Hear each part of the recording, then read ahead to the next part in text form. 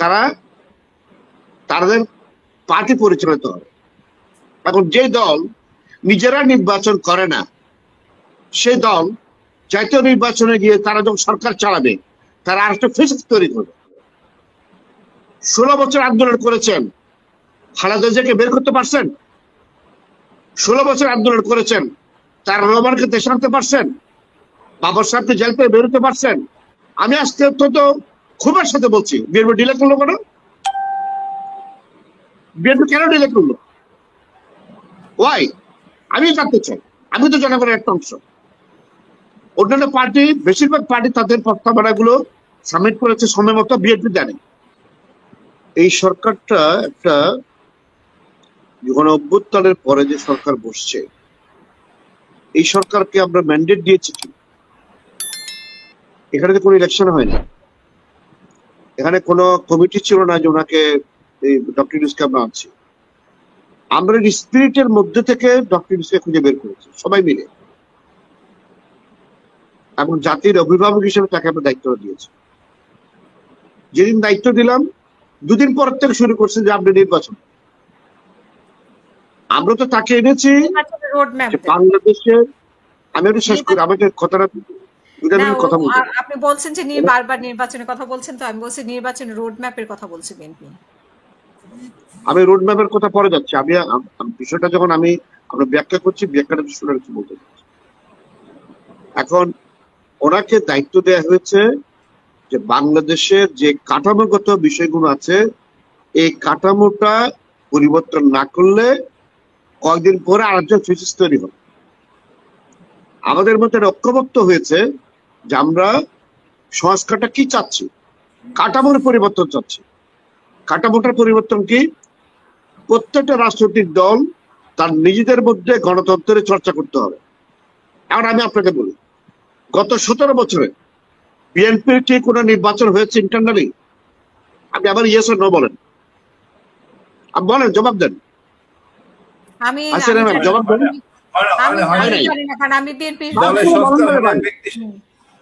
আপনি সাহস করে বলেন না কেন যে হয় নাই? এখন বিএনপির যিনি নির্বাচিত নেতা, উনি কে? I don't know. এখানে মেজর আক্তার আছেন, অত্যন্ত শ্রদ্ধেয় ব্যক্তি।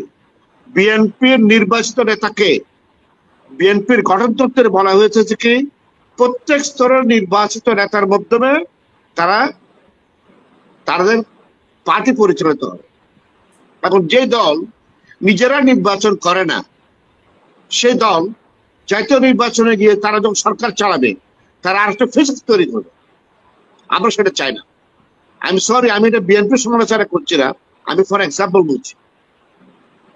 তো আমরা বলছি কি নির্বাচন কমিশন যেগুলো সংস্কার করব আমরা, সেখানে এটা ঢুকিয়ে দিব যে প্রত্যেকটা দল গণতান্ত্রিক পন্থায় তার নেতা নেত্রী নির্বাচন করবেন সর্বস্তরে। ইউনিয়নের মধ্যে তাদের যখন কমিটি হবে, এটা নির্বাচিত কমিটির মাধ্যমে হইতে হবে। উপজেলাতে যেটা হবে, জেলাতে যেটা হবে, কেন্দ্রে যেটা হবে। সবাই এমনি বললো যে আমাদের হাসির সাহেব আজকে থেকে বিএনপির নেতা। আপনার ঠিক আছে বলেন, yes no, that is not the নির্বাচন। নির্বাচন প্রক্রিয়ার মাধ্যমে ইলেকশন করতে হবে, এটা সংস্কার করতে হবে। এটা 1-2 ঘন্টা আলোচনা এটা হবে না, it needs a long time আলোচনা। ফর এক্সাম্পল আপনাকে বললাম, এখন নির্বাচনের বিষয় আছে, এখানে দুর্নীতির বিষয় আছে, এখানে সাংবিধানিক কিছু বিষয় আছে। যেমন বেশিরভাগ দল বলছে যিনি প্রধানমন্ত্রী হবেন তিনি অন্য কোনো পার্টির দায়িত্ব থাকতে পারবে না। বিএনপি এখনো পর্যন্ত সেটা এগ্রি করছে না, এখনো কিন্তু বিএনপি এগ্রি করেনি। আমরা সকল দল বলেছি, সকল দল এভরিবডি বলছে যে যিনি প্রধানমন্ত্রী হবে 2 বারের বেশি তিনি প্রধানমন্ত্রী হতে পারবেন না। বিএনপি এখনো সেটা এগ্রি করেনি। অথচ বিএনপি অনেক আগে থেকে তাদের যে 31 দফা, সেই দফাতে তারা যে কথাগুলো বলেছিল, এখন বর্তমানে বিএনপি সেই দফার মধ্যে তারা থাকতেছে না। আমি তো দুঃখের সাথে বলছি, বিএনপিকে তার এই বিষয়গুলোকে অ্যাড্রেস করতে হবে। 16 বছর আন্দোলন করেছেন, খালেদা জিয়াকে বের করতে পারছেন? 16 বছর আন্দোলন করেছেন, তার রহমানকে দেশে আনতে পারছেন? বাবর সাহেবকে জেল থেকে বেরোতে পারছেন? হাজার হাজার মামলা, একটা কিছু করতে পারছেন? কিছু করতে পারেননি। আমরাই আন্দোলনে শরীর ছিলাম, আমরা গুলি খেয়েছি, বিএনপিও এখানে আন্দোলনে শরীর ছিল, কিন্তু সর্বশেষে ফলে আপনাদের আন্দোলনের রেজাল্টে কিন্তু এই সরকার পরিবর্তন হয় নাই। প্লিজ প্লিজ, আমি অত্যন্ত বিনয়ের সাথে বলছি, so do not take the entire responsibility on his shoulder যে আমরা আন্দোলন করেছি বলেই আজকে ডক্টর ইউনূস সাহেব আসছেন। নো, আপনি আন্দোলন করেছেন, জনগণের তার সাথে শরীর হয়েছে। এই জুলাই ৭০ আন্দোলনের মধ্যে এটা বিএনপির আন্দোলনের অংশ নয়, এটা দেশের জনগণ আপনার মানে এক ধরনের যে ফ্যাসিস্ট সরকারের আক্রমণের কারণে সকল মানুষ খেপে গেছে। হ্যাঁ, বিএনপি সেখানে একটা ভূমিকা পালন করেছে, আমরা তাকে সেলুট জানাই। আমরা কারো সিদ্ধান্ত চাপিয়ে দেবো? আমাদের সিদ্ধান্ত চাপার কোনো কিছু নাই। আমরা আমাদের বক্তব্যটা জনগণের কাছে তুলে ধরছি, আপনার মাধ্যমে তুলে ধরছি। আমরা বলছি যে সংস্কার আগে হইতে হবে, সংস্কার আগে নাকি নির্বাচন আগে? ওনারা বলছেন যে সংস্কারের সাথে নির্বাচনের কনফ্লিক্টে যেতে হবে না। আমরা বলছি no, let us all decide আমরা কোন কোন সংস্কারগুলো এখন করব। তো বিএনপি ঐক্যমত্যের ডাক দিক, আমরা যাবো, সেই ডাকে আমরা যাবো। আমাদের ষোলো দল, আমাদের ডাকে তো বিএনপি আসবে না। তারপরে বিএনপিকে আপনার মাধ্যমে এখনো বলছি যে আপনি সকল রাজনৈতিক দলকে নিয়ে আপনি ঐক্যমত্যের জন্য একটু আগে কর্নেল হাসিন যারা বললেন, আপনি সংসদ ভবনে বসেন, যে কোনো জায়গাতে বসেন, আপনি ডাকেন, আমরা ডিবেট করি। আর আপনি যদি বলেন আমি বড় দল, আমি যেটা বলবো সেটাই মানতে হবে। জনগণ আপনাদের সাথে নাই, এই জায়গাতে নাই, এই জায়গাতে জনগণ আপনার সাথে নাই। জনগণ চাচ্ছে সংস্কার আগে হইতে হবে, কারণ সংস্কার ছাড়া যদি আপনি এখন আত্মনির্বাচনে যান তাহলে কোনো সংস্কারের কাজ হবে না।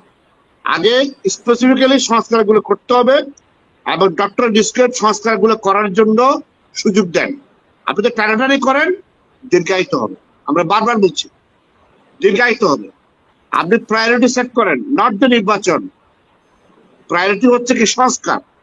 আপনার নিজের দলের সংস্কার করেন, সংবিধানের সংস্কার করেন, দুর্নীতি কাঠামোতে সংস্কার করেন, বিসিএস অফিসাররা কেমন করে বিসিএস কাটারে ঢুকে তার সংস্কার দরকার, পুলিশের সংস্কার দরকার, ডিজিএফ এর সংস্কার দরকার, এনএসআই এর সংস্কার দরকার। একটু আগে যেটা কর্নেল হাসিন বললেন, এই সব সংস্কারগুলোকে অ্যাড্রেস করছেন।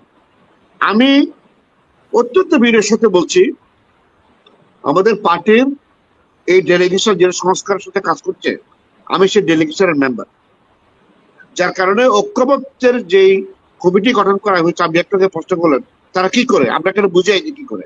আমরা মাধ্যমে দেশের জনগণের একটা অংশ দৃশ্য দেখবে, সেটা হলো যেই 6টা সংস্কার কমিশন গঠন করেছিলেন তারা তাদের রিপোর্ট দাখিল করেছে সরকারের কাছে।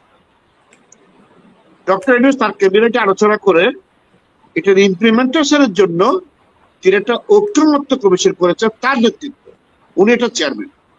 আর অন্যান্য সংস্কার কমিশনের যারা চেয়ারম্যান ছিলেন, ডক্টর বদিউল আলম, ডক্টর আলী রিয়াজ বা আরো যারা ছিলেন, তারা এটার সদস্য। আবার doctor Ali Riaz vice chairman. তো এখন আলোচনা চলতেছে কি এই কমিশনের সাথে পলিটিক্যাল পার্টির আমরা কোন কোন সংস্কারগুলো এখন চাই। একটু আগে আপনাকে বললাম 166টা প্রস্তাবনা তারা এনেছে, আমাদের কাছে দিয়েছে। আপনারা বলেন কোন কোন সংস্কারগুলো আমরা এখন চান। এর 3টা অপশন দিয়েছে। আপনারা আপনি কিন্তু এর আগের পর্বে বলেছেন এগুলো যে সংস্কার জমা হয়েছে। আমি সেই কথাটা বলছি। এখন আপনাকে এই যে প্রসেস, এই যে পদ্ধতি, আপনাকে তো পদ্ধতির মধ্য দিয়ে যেতে হবে। কারণ বিএনপি শুনতে চাচ্ছে না। আমি আপনাকে আজকে বলি, এই সংস্কার কমিশনের রিপোর্ট দেওয়ার কথা ছিল আরো অনেক আগে, বিএনপি ডিলে করেছে। আমি আজকে অত্যন্ত ক্ষোভের সাথে বলছি, বিএনপি ডিলে করলো কেন? বিএনপি কেন ডিলে করলো? ওয়াই? আমি জানতে চাই। আমি তো জনগণের একটা অংশ। অন্যান্য পার্টি, বেশিরভাগ পার্টি তাদের প্রস্তাবনাগুলো সাবমিট করেছে সময় মতো, বিএনপি জানে। বিএনপি বলতে আমাদের আরো সময় লাগবে। তো ঠিক সময় নেন, তাহলে আপনি সময় নিলে তো পুরো প্রসেসটাই ডিলে হচ্ছে। তারপরে এগুলো যখন ওনারা যখন এই আলোচনাগুলো করবেন, সেখানে তারা প্রশ্ন রেখেছে কোন কোন কোন সংস্কারটা এখন আমরা করতে পারি অধ্যাদেশের মাধ্যমে।